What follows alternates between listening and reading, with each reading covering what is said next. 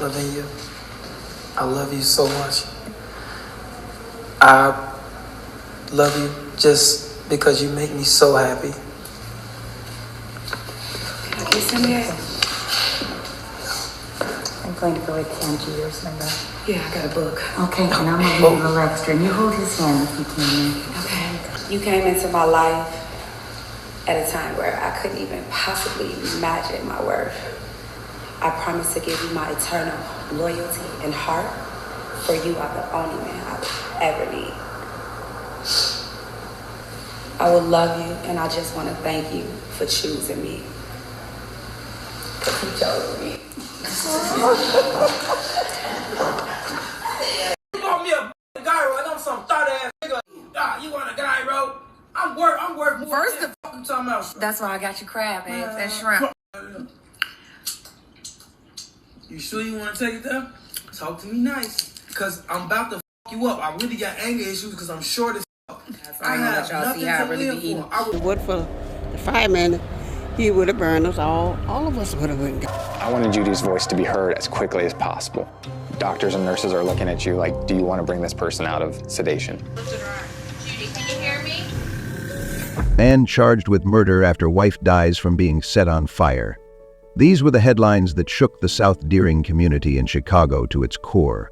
A love story once filled with laughter and vows of eternal devotion ended in unimaginable tragedy. A man, a husband, had turned against the very woman he once promised to protect. What drives someone to commit an act so brutal, so calculated against a person they claim to cherish most? How does a relationship that began with hope and joy descend into a nightmare of fear and violence? And could this devastating outcome have been prevented? This is the story of Lavinia Gardner, a woman described by those who knew her as kind-hearted, resilient, and full of life. Her journey took her from moments of love and happiness to the horrific night that changed everything. In this video, we will uncover the events that led to her death, the disturbing details of the investigation, and the broader issues her story brings to light. Stay with us as we tell the story of Lavinia Gardner and the shocking betrayal that ended her life. It's a story that forces us to confront the harsh realities of domestic violence and the devastating impact it has, not just on victims, but on families, communities, and society as a whole. Subscribing to this channel, hit the notification bell icon so you won't miss our latest videos. Lavinia Gardner, lovingly known as Viv to those closest to her, had a presence that could light up any room. Her friends and family describe her as someone who exuded warmth and resilience, a woman who faced life's challenges with an unwavering sense of determination. Viv was more than just a daughter, sister, or friend. She was a symbol of strength in her community. Her laughter had a way of filling the silence, and her optimism stood tall even during tough times. But like many, Viv longed for companionship, for love, for someone to share her life with. That someone came in the form of Henry Taylor. At first glance, Henry seemed to be everything Viv wanted: charming, funny, and seemingly devoted. Their relationship began with light-hearted conversations and casual dates, quickly evolving into something deeper. Those who saw them together couldn't deny the connection they shared in the early days. Their love story took a spontaneous turn when the couple decided to elope in Las Vegas. The ceremony was simple yet joyful, filled with laughter, heartfelt vows, and a sense of hope for a bright future. Viv, holding back tears, spoke words of love and commitment as Henry smiled by her side. Guests cheered as the couple kissed for the first time as husband and wife. On the surface, it appeared to be a fairy tale beginning to what should have been a lifetime of happiness. But as time passed, the cracks in their relationship began to show. Henry, while charismatic, was known for his temper, a short fuse that he often struggled to control. Though he had a criminal past involving theft and other minor offenses, Viv believed in his potential to change. She saw the man behind the flaws, the man she hoped could be better. As their life together unfolded, moments of joy were increasingly overshadowed by moments of tension. Henry's frustrations would boil over into cruel words, and Viv's friends began to notice subtle signs of strain. During social media live streams where Viv tried to capture the lighthearted parts of their life, Henry's behavior often told a different story. In one clip, Henry criticized the dinner Viv had prepared, dismissing her efforts with harsh words. Viv tried to laugh it off, but the pain behind her eyes was hard to miss. How does a person reconcile the love they feel with the pain they endure? How does someone like Viv, with her strength and spirit, find herself trapped in a situation where the person she loves becomes her greatest source of fear? Friends and family would later reflect on these moments, realizing they were warning signs of what was to come. Viv, ever hopeful, stayed in the relationship, convinced that things could improve. She carried on, hiding her fears behind a smile, determined to make her marriage work.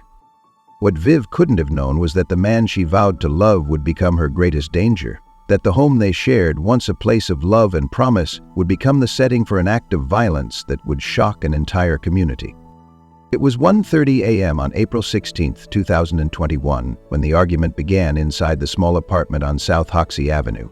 The details of what sparked the fight are unclear. Perhaps a mundane disagreement that spiraled out of control, or perhaps something deeper, simmering beneath the surface for weeks.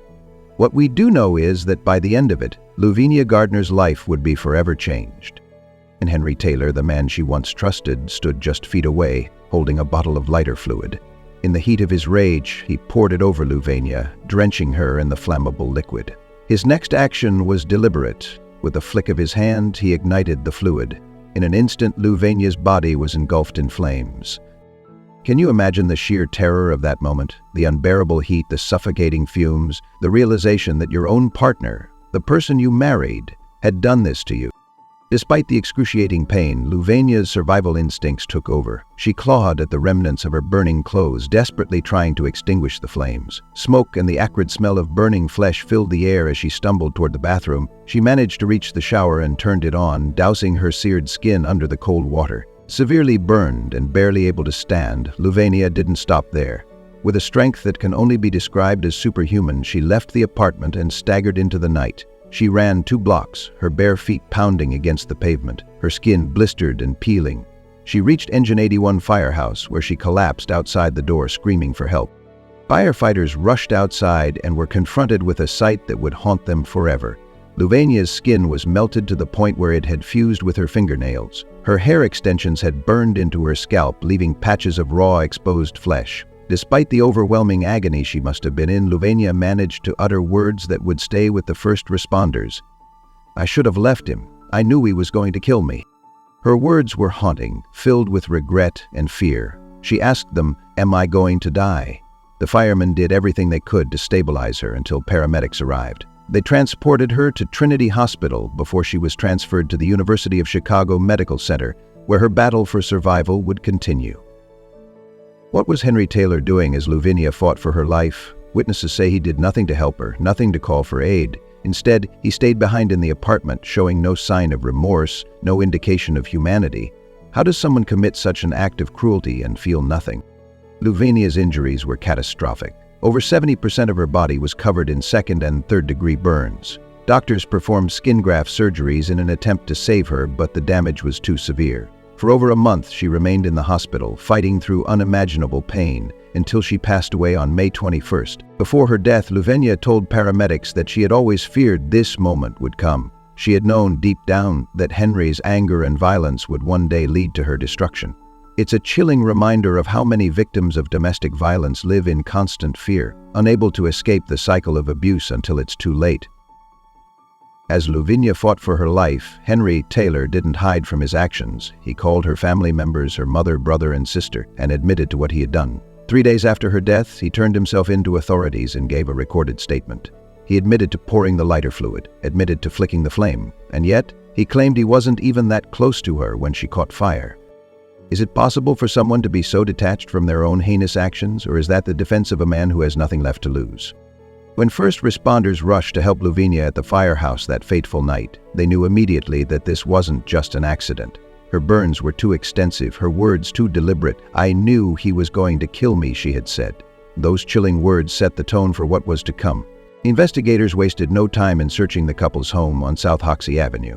Inside the small apartment where the argument had unfolded into unspeakable violence, they found the pieces of the puzzle: a nearly empty bottle of lighter fluid, a barbecue lighter, and evidence of the fire's aftermath. The scene was a stark reminder of just how deliberate this act had been. Henry Taylor had all the tools he needed to commit this crime, and he'd used them with calculated precision. Meanwhile, Louvenia's family was reeling. In the hours after the attack, Henry had called her mother, her brother, and her sister. His words, calm and emotionless, sent shivers down their spines. "I set her on fire." It wasn't an apology, it wasn't remorse, it was a confession, a haunting admission that they would never forget. How does a family process a call like that? How do you come to terms with the fact that someone you trusted, someone who had promised to love and cherish, could be capable of such an atrocity? These are the questions Luvinia's loved ones grappled with as they stood by her bedside, watching her fight for her life in the hospital. When Henry Taylor turned himself in 3 days after Luvinia's death, he sat before authorities and gave a video-recorded statement. His confession was as disturbing as it was telling. He admitted to pouring the lighter fluid, admitted to flicking the flame, but what stood out most was his apparent detachment. He told investigators that he wasn't even very close to her when she went up in flames. A statement that felt more like an attempt to absolve himself than a reflection of reality. What drives a person to commit such a heinous act, then turn around and recount it so casually? Was it a lack of empathy, a refusal to accept responsibility, or something else entirely? These are questions investigators likely considered as they pieced together the evidence against Henry.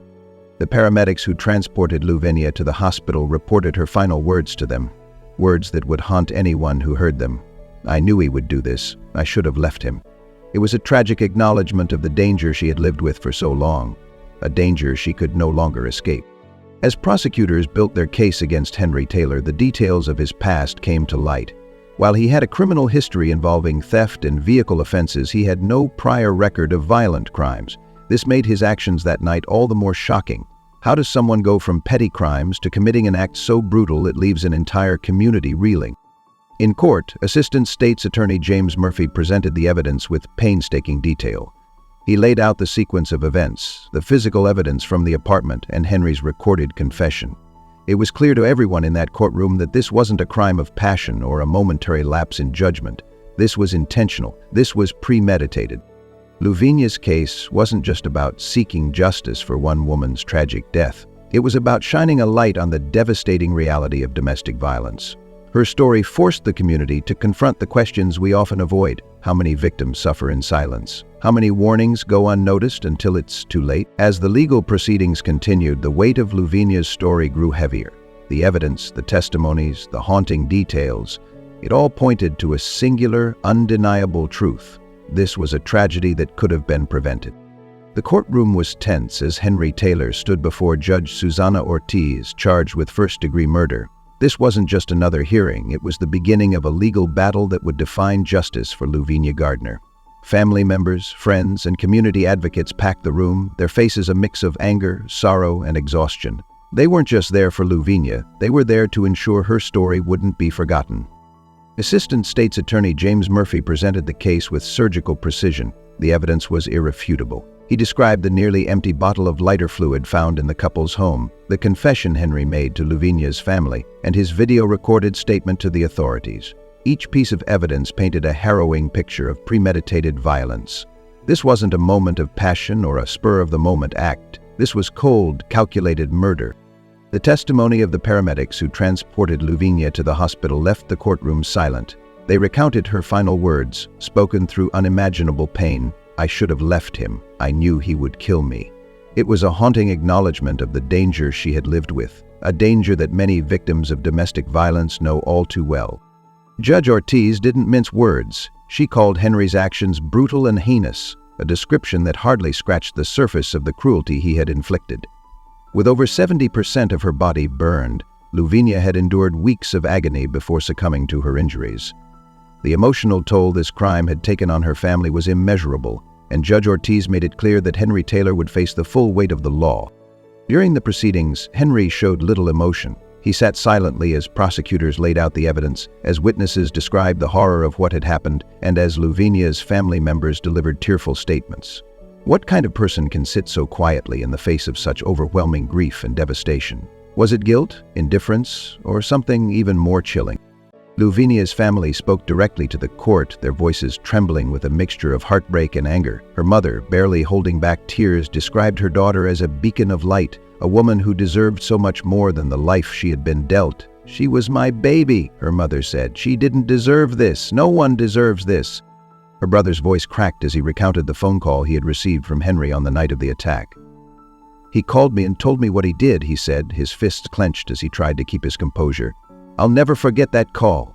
I'll never forgive him for what he took from us." The court learned more about Henry Taylor during the trial. His criminal record revealed a history of theft and motor vehicle offenses, but no prior violent crimes. Was this a man who had hidden his violent tendencies, or was this act an explosion of long-simmering rage? The lack of a violent past made his actions even more baffling, leaving many to wonder how such a brutal act could have come from someone without a known history of physical abuse. When the court announced that Henry would be held without bail, there was a palpable sense of relief among Louvenia's family and supporters. They knew the fight for justice was far from over. His trial was set to continue, but for now they could take solace in knowing that Henry wouldn't walk free. As the proceedings unfolded, the weight of Louvenia's story extended far beyond the courtroom. Her death became a rallying cry for advocates against domestic violence, a reminder of the lives destroyed by unchecked abuse.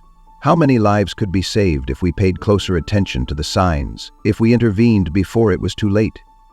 The legal battle wasn't just about punishing Henry, it was about honoring Louvenia's life and ensuring her death wouldn't be in vain. For those in the courtroom and those watching from the outside, this case wasn't just a story, it was a call to action. Louvenia Gardner's story is not just about one horrific crime, it's a reflection of a much larger, far-reaching issue, one that affects millions of people around the world, but often remains hidden behind closed doors. Her death forces us to confront the devastating reality of domestic violence, how it festers, escalates, and ultimately destroys lives. For years, Louvenia lived with a man who had a dangerous temper and an unpredictable nature. The warning signs were there, comments made in anger, toxic behavior, and moments of belittlement that she often laughed off, perhaps as a way to protect herself from the reality of her situation. How many others live with similar fears, trapped in relationships where love and violence are painfully intertwined? How many victims tell themselves that things will get better, only to face consequences they could never undo? Domestic violence thrives in silence. It thrives in the shadows, where victims feel they have no choice but to endure. Louvenia's story is a heartbreaking reminder that the consequences of ignoring these warning signs can be catastrophic, not just for the victims but for their families, friends, and communities. Her mother's grief, her brother's anger, and the collective pain of those who loved her speak volumes about the ripple effects of this kind of violence. And yet, despite everything she endured, Louvenia's strength shone through in her final moments. Even as her body was failing her, she fought to survive. She ran through the streets in unimaginable pain, seeking help when many might have collapsed. She told first responders what happened to her, making sure her voice would not be silenced. Her courage is a testament to the resilience of the human spirit, even in the face of unimaginable horror. But this raises a haunting question. Why do so many victims wait until it's too late to seek help? For Louvenia, leaving Henry must have seemed impossible, whether because of fear, love, or hope that he would change. Her story serves as a painful reminder of how complex and deeply ingrained abusive relationships can be. It's never as simple as walking away, especially when the abuser wields control through intimidation and manipulation. Louvenia's case also highlights the broader societal challenges in addressing domestic violence. How often do friends and family see signs of trouble but hesitate to intervene? How many communities lack the resources and support systems to help victims escape before it's too late? And most importantly, what can we do to prevent tragedies like this from happening again? In reflecting on Louvenia's story, we must also acknowledge the strength of those who survived domestic violence. Victims like Judy Malinowski and Marquita Redmond. Women who faced unimaginable pain and suffering, yet still found the courage to speak out, serve as reminders that change is possible. Their stories, like Louvenia's, push us to confront the uncomfortable truth about abuse and demand action. Domestic violence doesn't discriminate. It crosses all boundaries of race, age, gender, and socioeconomic status. It exists in plain sight, hidden in the smiles of victims who are too afraid to speak out. Louvenia's death reminds us of the urgency of this issue and the responsibility we all share in addressing it. As you sit with Louvenia's story, ask yourself, what would you do if you saw the warning signs? Would you speak up, reach out, or take action to help someone in need? These are difficult questions, but they're questions we must confront if we want to honor Louvenia's memory and ensure her suffering wasn't in vain. Her story demands more than just sorrow, it demands change. Louvenia Gardner's story doesn't end with her death. Her memory lives on in the hearts of her loved ones, in the firefighters who fought to save her life, and in the community left shaken by her tragic loss. But her story also leaves us with a stark challenge. What can we do to prevent another tragedy like this? What steps can we take, as individuals and as a society, to ensure that victims of domestic violence are heard, supported, and protected before it's too late. Domestic violence isn't just a personal issue, it's a societal one. It thrives in silence, in a culture that too often looks the other way. Louvenia's death forces us to confront the uncomfortable reality that there are countless others like her, trapped in dangerous relationships, afraid to speak out or unable to escape. They are our neighbors, our co-workers, our friends and family members. And every day we hesitate to act, their danger grows. For those watching this story, it's easy to feel helpless, overwhelmed by the enormity of the problem.